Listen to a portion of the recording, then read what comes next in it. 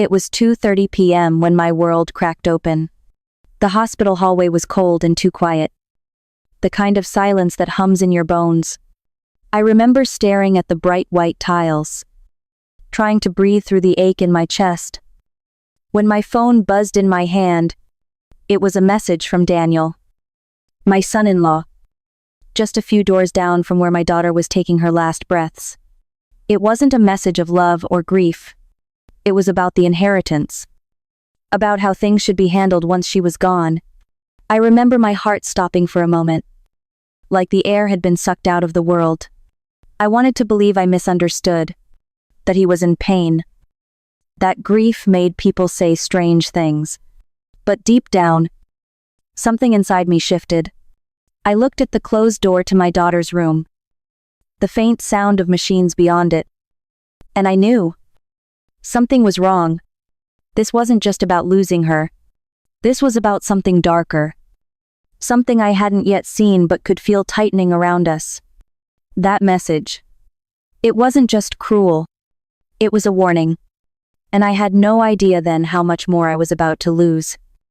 Before everything changed, life was beautifully ordinary. I lived in a quiet neighborhood just outside Dallas. The kind where the sound of sprinklers and kids' laughter filled the air every evening. My daughter, Emily, lived only a few blocks away with her husband, Daniel, and their 2 boys, Ryan and Caleb. Sundays were sacred. We'd gather for dinner at my house, filling the kitchen with the smell of roast chicken and Emily's favorite peach cobbler. The boys would run barefoot across the backyard, while Daniel helped me fix little things around the house. Back then, I believed we were safe, wrapped in the comfort of routine and love. Emily was the heart of our family. She had her father's kindness and a quiet strength that held us all together. She loved teaching 2nd grade, loved her students, loved her family even more. I used to watch her at the dinner table, smiling through the chaos. And I'd think, this is what happiness looks like. Daniel, he was charming in that effortless way. Always polite. Always saying the right things. I trusted him. I really did. But life has a way of changing without warning. One phone call. One doctor's visit. That's all it took. I still remember the moment I heard that word for the first time. Cancer. It hung in the air like a storm that wouldn't pass. From that day on, everything, the laughter, the dinners, the warmth, began to fade. Piece by piece. I didn't know it then, but that diagnosis would be the first crack in the world I thought would never break. I can still see that room as clearly as if I were standing in it now. The hum of the fluorescent lights, the faint scent of disinfectant, and the way the world seemed to tilt when the doctor spoke. His voice was calm. Too calm. As if he were reciting a script he had read 100 times before. I remember Emily's hand in mine. Warm. Trembling only slightly. And the sound of my own heartbeat pounding in my ears. Terminal. That word wrapped itself around my chest like ice. Emily didn't cry. She just looked at me. Her eyes soft. Almost comforting. She said it was going to be okay. Though we both knew it wouldn't. She was always stronger than me. Even when she shouldn't have had to be. I wanted to scream. To trade places with her. To take it all away. But all I could do was nod and smile through tears. Pretending for her sake that I believed those words too. Daniel stood by the window. His arms crossed. Phone in hand. I kept waiting for him to come over. To hold her. To say something. Anything. But his eyes stayed fixed on the screen. The blue glow of it reflecting on his face. I told myself it was shock. That everyone grieves differently. That maybe he just didn't know how to handle it. But over the next few days, something began to feel off. He started asking questions about paperwork. About treatment costs. About timelines. While I sat at Emily's bedside, memorizing every breath she took. He was on calls. long ones. In the hallway, I'd hear snippets about coverage, assets, arrangements. I told myself he was being responsible, practical, that maybe he needed to keep busy. Still, there were moments, small ones, when he looked at her, not with sorrow, but with calculation, the kind of look that chilled me without reason. I tried to shake it off, told myself I was imagining things, that grief was twisting my thoughts. But deep down, something in me stirred. A quiet voice whispering that love was slowly leaving the room, replaced by something colder. And though I didn't know it then, that feeling, that unease, was the beginning of everything that would follow. It started slowly, almost too quietly to notice at first. The house that once felt alive with warmth began to grow colder, as if the air itself had changed. Emily spent more time in bed, her body growing weaker, her laughter fading into whispers. Daniel said he was taking care of everything. The bills, the medications, the schedules. And at first, I was grateful. He sounded so sure, so in control, while I felt like I was falling apart. But as the weeks went by, something about his calm started to unsettle me. He became protective. Too protective. Keeping me at a distance under the excuse that Emily needed rest. He'd intercept my calls, tell me she was sleeping, even when I heard her faint voice in the background. When I visited, the air felt heavy, like I wasn't supposed to be there. He'd hover near the door, always watching, always polite, but his eyes never softened anymore. There were odd little things that didn't fit. Late-night phone calls that ended abruptly when I walked into the room. A file folder that disappeared after I glimpsed the words insurance review. And the medication. I noticed he started managing it himself, insisting it was too complicated for anyone else to handle. I wanted to believe him. I really did. He was her husband. He loved her. He had to. Still, there were moments when I'd catch a flicker of something in his face. Not grief. Not fear. Something colder. Like calculation.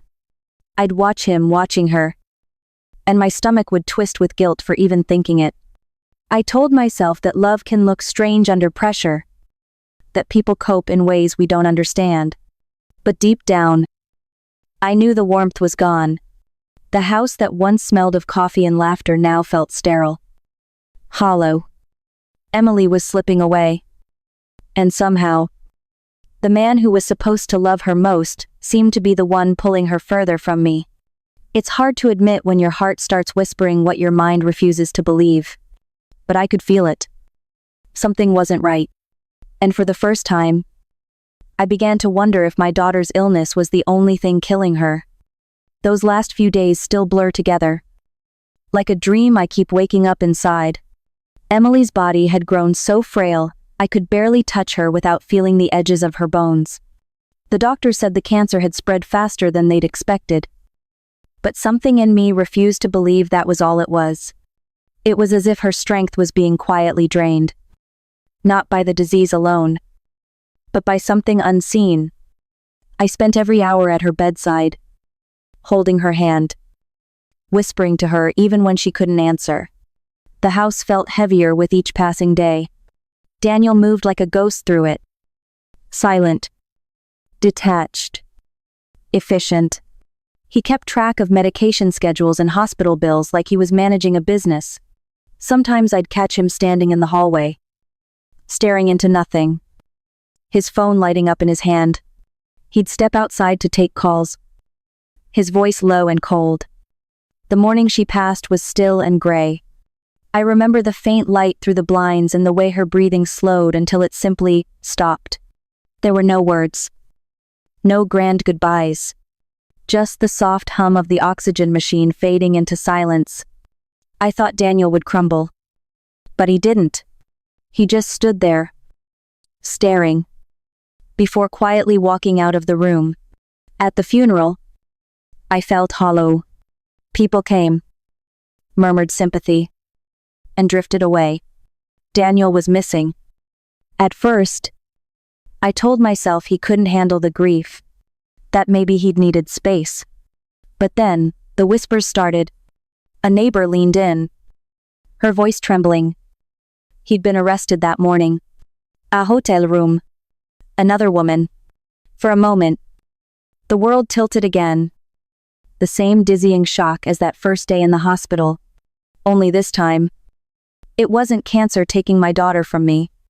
It was betrayal. Cold and deliberate. As I stood by the casket, I felt the grief harden inside me. The tears stopped. Something colder took their place. I realized that I wasn't just mourning Emily anymore. I was beginning to search for the truth. The day of Emily's funeral felt like the sky itself was grieving. Rain fell in steady sheets.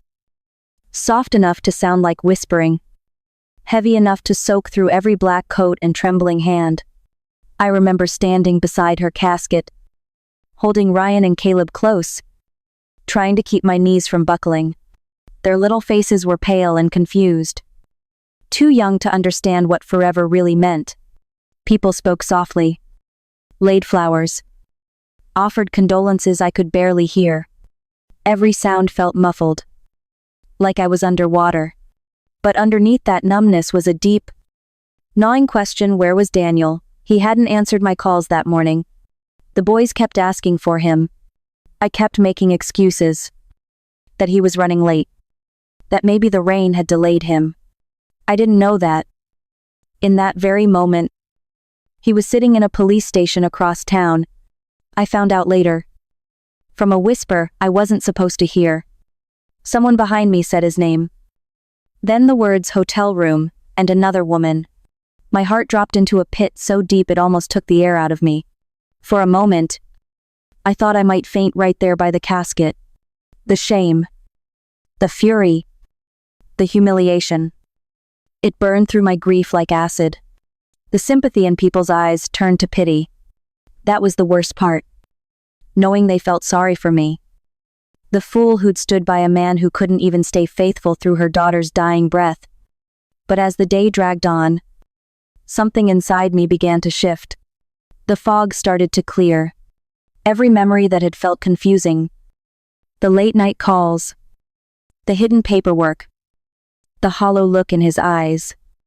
Began to fit together like cruel pieces of a puzzle. By the time I left the cemetery, I wasn't just a grieving mother anymore. I was something else. Colder. Sharper. Alive with purpose. He had already taken Emily from me. I swore to myself that night. As I opened a fresh notebook and wrote down every strange thing I could remember. He would not take her children. 2. That was the day my grief turned into resolve. Grief can silence you for a while. But eventually, the silence starts to ache. It turns into questions you can't ignore. That's what happened to me. After the funeral. The nights were long and heavy. I couldn't sleep. So I started going through Emily's things. Telling myself it was to feel close to her. But really, I was searching. I just didn't know for what yet. At first, it was small things. Her insurance paperwork didn't look right. Dates didn't match. And signatures looked off. Then I noticed there were 2 different policies. Both signed within weeks of each other. Daniel's name was listed as the sole beneficiary on both. I tried to tell myself it was normal. But something about the timing made my stomach twist. Then came the medication logs. Emily had been meticulous. She wrote down everything. Every pill. Every dosage. But in the last 2 weeks, her notes stopped. In their place, I found scribbles in Daniel's handwriting. The doses were higher. Too high. I checked the bottles. One of them was missing far more than it should have been. The more I looked, the more the pattern emerged. Transfers between their joint account and one I'd never seen before. A sudden insurance claim filed 3 days after her death. Phone records showing late-night calls to an unknown number that traced back to the same woman from the hotel. Every discovery was another cut. Another betrayal layered on top of the last. That's when I realized. Emily didn't just die. She was helped along. For money? For convenience? For whatever emptiness lived inside that man. The truth hit me like a second loss. Crueler than the first. I remember sitting at the kitchen table with everything spread before me. Papers.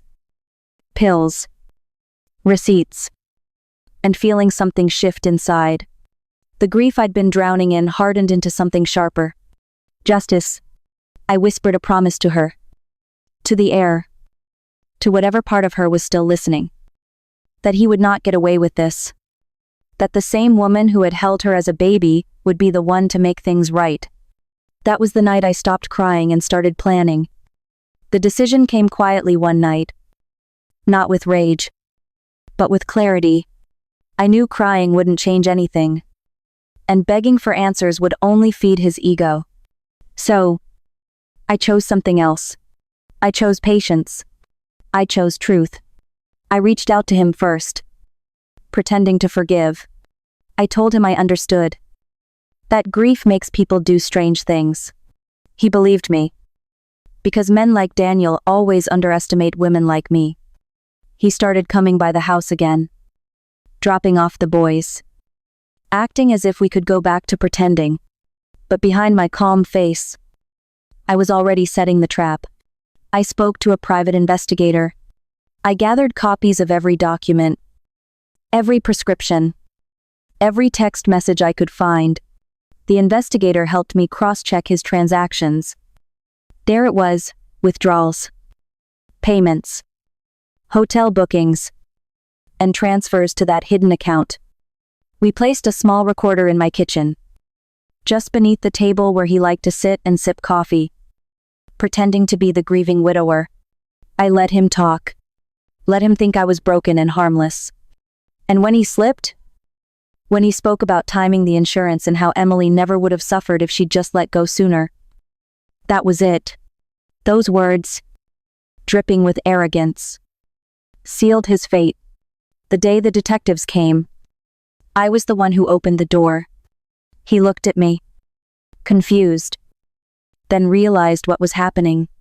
For the first time, I saw fear in his eyes. Not guilt. Not shame. But fear of a woman who refused to stay silent. I didn't say a word as they took him away. I just stood there. Steady. Like I'd been waiting my whole life for that moment. Later that week, I went to Emily's grave. The air was still. And the grass was cool beneath my knees. I placed fresh lilies by her name and whispered that justice had been done. Not vengeance. But truth. It didn't bring her back. Nothing ever could. But in that quiet space, I finally felt her peace settle into mine. Justice, I learned, doesn't erase pain. It just gives it a place to rest. The house is quiet now. Mornings feel different. Softer somehow. The light comes through the kitchen window in that same golden way Emily used to love. And for the first time in a long time, I can breathe without feeling the weight of her absence pressing on my chest. Justice was served. Yes. But justice doesn't heal you, it simply gives you permission to begin healing. What truly mends the cracks is love. The kind that remains long after someone is gone. I see her in the laughter of my grandsons. In the way Ryan holds his brother's hand. In the strength they've learned to carry even when they don't fully understand why. There are still moments when the silence feels heavy. When I wish I could call her just to hear her voice again. But grief has changed its shape. It no longer burns, it hums quietly in the background. Reminding me that love leaves echoes. I've learned that survival isn't about forgetting. It's about choosing to live with what remains. The memories. The lessons. The love that refuses to fade. Some mornings, I stand in the garden, watch the sun rise, and whisper her name into the light. Looking back, I realize this story was never just about loss. It was about truth, and the courage it takes to face it. I learned that love isn't about silence or sacrifice, it's about standing firm. Even when it hurts. Justice brought closure. But what truly healed me was learning to forgive myself for not seeing sooner. And to honor my daughter by living with honesty and compassion. If there's one thing I want you to take away, it's this: trust your heart when something feels wrong. Truth may break you, but silence will destroy you. Have you ever faced a moment when you had to choose between peace and truth? I'd love to hear your story. Share it below.